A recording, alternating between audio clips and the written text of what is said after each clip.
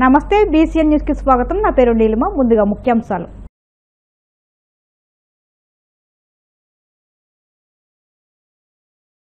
కూటమి ప్రభుత్వంలో అభివృద్ధి వేగంగా జరుగుతుందని అమలాపురం పట్టణ ప్రజలకు నాణ్యమైన విద్యుత్ అందిస్తామని ఎమ్మెల్యే ఐతాబత్తుల ఆనందరావు పేర్కొన్నారు. అంబేద్కర్ కోనసీమ జిల్లా అమలాపురం పట్టణం వడ్డేగూడెంలో 33 kV నూతన విద్యుత్ సబ్స్టేషన్ను ఆయన శంకుస్థాపన చేశారు. అనంతరం ఎమ్మెల్యే మాట్లాడుతూ ముఖ్యమంత్రి చంద్రబాబు తీసుకున్న సంస్కరణలో భాగంగా అమలాపురంలో నూతనంగా సబ్స్టేషన్ ఏర్పాటు చేస్తున్నామన్నారు. అమలాపురంలో విద్యుత్ సమస్యలు పూర్తిగా తొలగిపోతాయని 6 నెలల్లో సబ్స్టేషన్ పూర్తి చేసి అందుబాటులోకి తీసుకొస్తామన్నారు.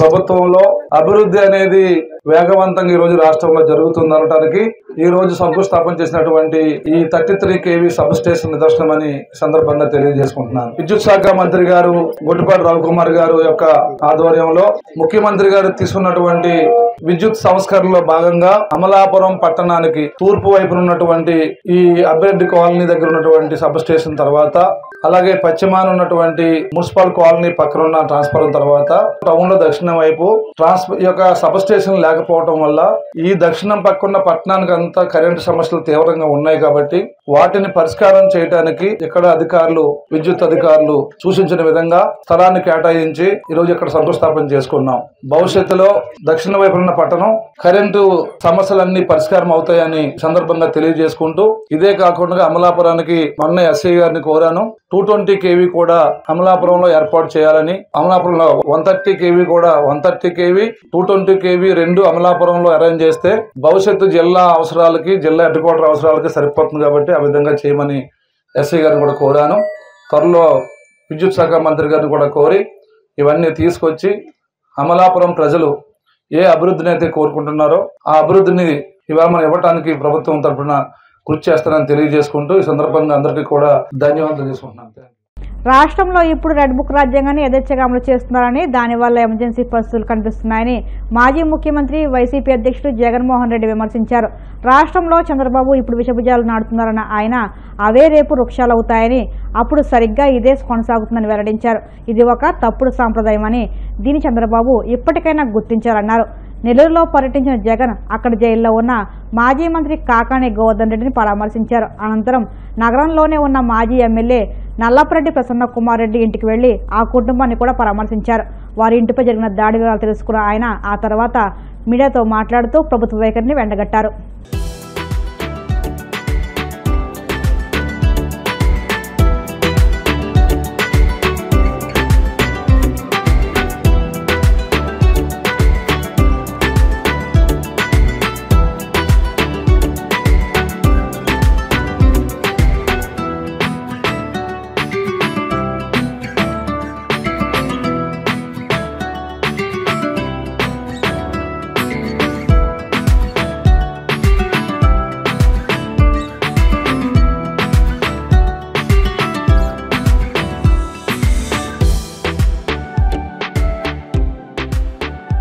ఇంతమందిని ఉపయోగిస్తా ఉన్నారు అంటే ఎంత వ్యతిరేకత చంద్రబాబు నాయుడు గారి ప్రభుత్వం మీద ఉంది అని చెప్పడానికి, ఎంతగా చంద్రబాబు నాయుడు గారు తన పాలన చూసి తానే భయపడతా ఉన్నాడు అని చెప్పడానికి ఇంతకన్నా ఇంకా వేరే నిదర్శనాలు కూడా అవసరం లేదు. ఎవరైనా ఎక్కడైనా పాలన చేస్తే బ్రహ్మాండమైన పాలన అందించి ప్రజల మన్ననలు పొంది ఆ మన్ననలతో ఆశీస్సులతో వచ్చే పాలన చూసి సంతోషపడాలి. కానీ ఇక్కడ అడుగు పెట్టినప్పటి నుంచి, పాలన మొదలైనప్పటి నుంచి సూపర్ 6లు, సూపర్ 7లు అని అంటూ ప్రజలంతా వెన్నుపోటు పొడిచాడు. పాలనంతా అబద్దాలు, మోసాలతో కూడిన పాలన చేశాడు.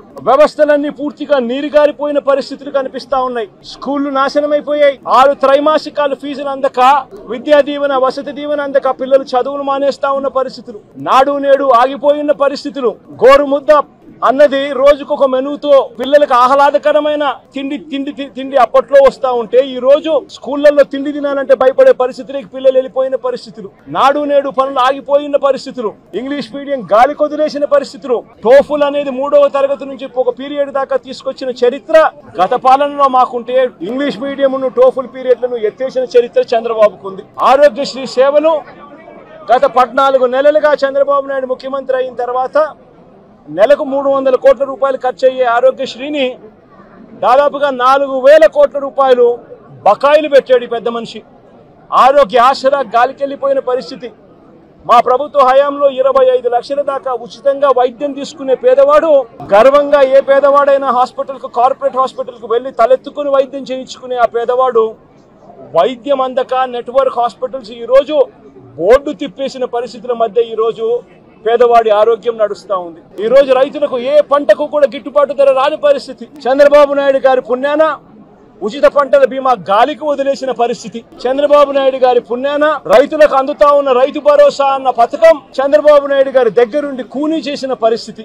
రైతు వ్యవసాయం చేసుకోవడం చంద్రబాబు నాయుడు గారి పాలనలో రైతులు ఆత్మహత్య శరణ్యం అన్న పరిస్థితిలోకి ఈ రోజు వ్యవసాయం దిగజారింది. రాష్ట్రంలో ఈ రోజు లా అండ్ ఆర్డర్ పూర్తిగా దిగజారిపోయిన పరిస్థితి. రెడ్ బుక్ రాజ్యాంగం ఈ రోజు రాజ్యాంగం వెళ్తా ఉన్న పరిస్థితి. సూపర్ 6లు సూపర్ 7లు మోసాలే అయి ఇంతకు ముందు జగన్ ఉన్నప్పుడు ఇస్తా ఉన్న ప్రతి పథకము రద్దయిపోయి ఈ రోజు ప్రజల బతుకులు, పేదవాడి బతుకులు ఈ రోజు అల్లాడుతా ఉన్న పరిస్థితులు ఈ రోజు రాష్ట్రంలో కనిపిస్తా ఉన్నాయి. ఇలాంటి పరిస్థితుల్లో చంద్రబాబు నాయుడు గారు ప్రజలకు సమాధానం చెప్పుకోలేక ప్రజలు ఎక్కడ గొంతు విప్పుతారేమో అని చెప్పి ఆ గొంతును నొక్కడానికి చంద్రబాబు చేస్తా ఉన్న ప్రయత్నమే ఈ రెడ్ బుక్ రాజ్యాంగం. నిజంగా ఈ రోజు ఒకసారి గమనించినట్లయితే ఇదే ప్రసన్న నా పక్కన ఉన్నాడు.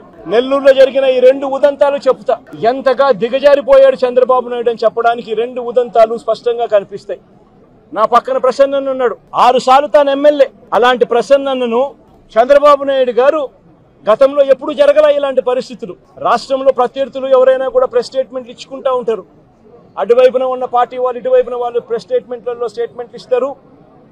ఇటువైపున వాళ్ళు అటువైపున వాళ్ళని కూడా ప్రెస్ స్టేట్మెంట్లలో ఇస్తారు స్టేట్మెంట్లు. అటువైపున ఉన్న వాళ్ళు ఇటువైపున అన్అబ్జెక్షనబుల్ లాంగ్వేజ్ వాడినప్పుడు ఇటువైపున ఉన్న వాళ్ళు కూడా అన్అబ్జెక్షనబుల్ లాంగ్వేజ్తో అటువైపున వాళ్ళని కూడా విమర్శిస్తూ ఉండడం ప్రజాస్వామ్యంలో మనం రోజు చూస్తూ ఉన్న పరిస్థితి. కానీ ఎప్పుడూ కూడా ఇలా మనుషులను చంపేయడానికి ఏకంగా 80 మందిని 100 మందిని ఇళ్లకు పంపించేసేసి వాళ్ళు తాగుండి రాడ్లతోనూ కర్రలతోనూ మారణాయుధాలతోనూ వచ్చి కార్లను కూడా తిప్పివేసి పడేసే పరిస్థితిలోకి వాళ్ళు వచ్చి విధుల్లో ఉన్న ఏఆర్ కానిస్టేబుల్ పై ఓ టీడీపీ నాయకుడు బూతులతో రెచ్చిపోవడమే కాకుండా చెంప చెల్లుమనిపించాడు. ఈ ఘటన నంద్యాల జిల్లా కొలిమిగుండ్ల మండలంలో చోటు చేసుకుంది. సదరు నేత మంత్రి బీసీ జనార్దన్ రెడ్డి సమీప బంధువు కావడం గమనార్హం. దాడి ఘటన వీడియోలో ఆలస్యంగా వెలుగులోకి రావడంతో సోషల్ మీడియాలో వైరల్గా మారాయి. కొలిమిగుండ్ల మండల కేంద్రంలోని లక్ష్మీ నరసింహస్వామి ఆలయ పునఃప్రతిష్టోత్సవాలు జరిగాయి. ఈ వేడుకలకు మంత్రి ఆనంద్ రామనారాయణ రెడ్డితో పాటు జనార్దన్ రెడ్డి హాజరయ్యారు.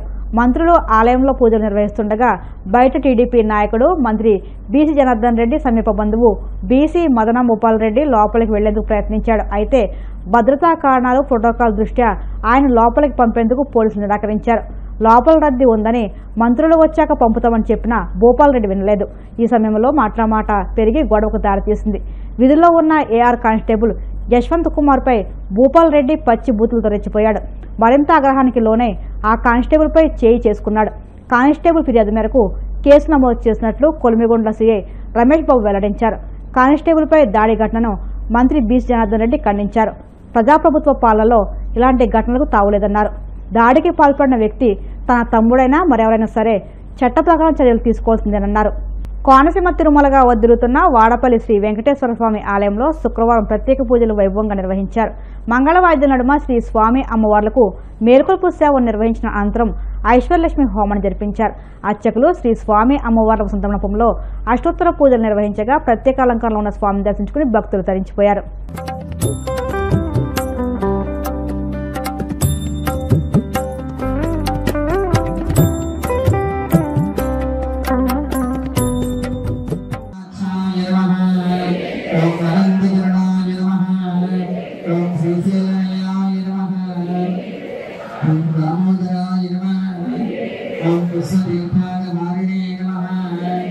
ఓం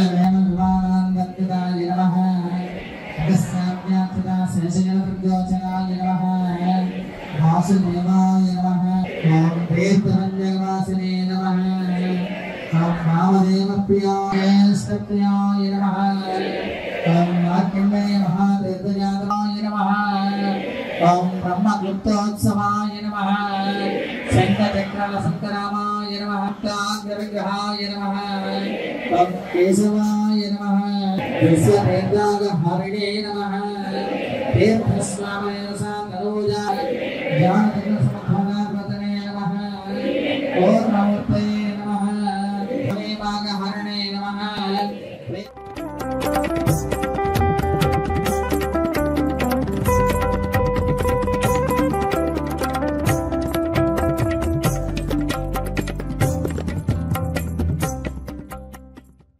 ఇప్పుడు కాసేపు ప్రకటనలు.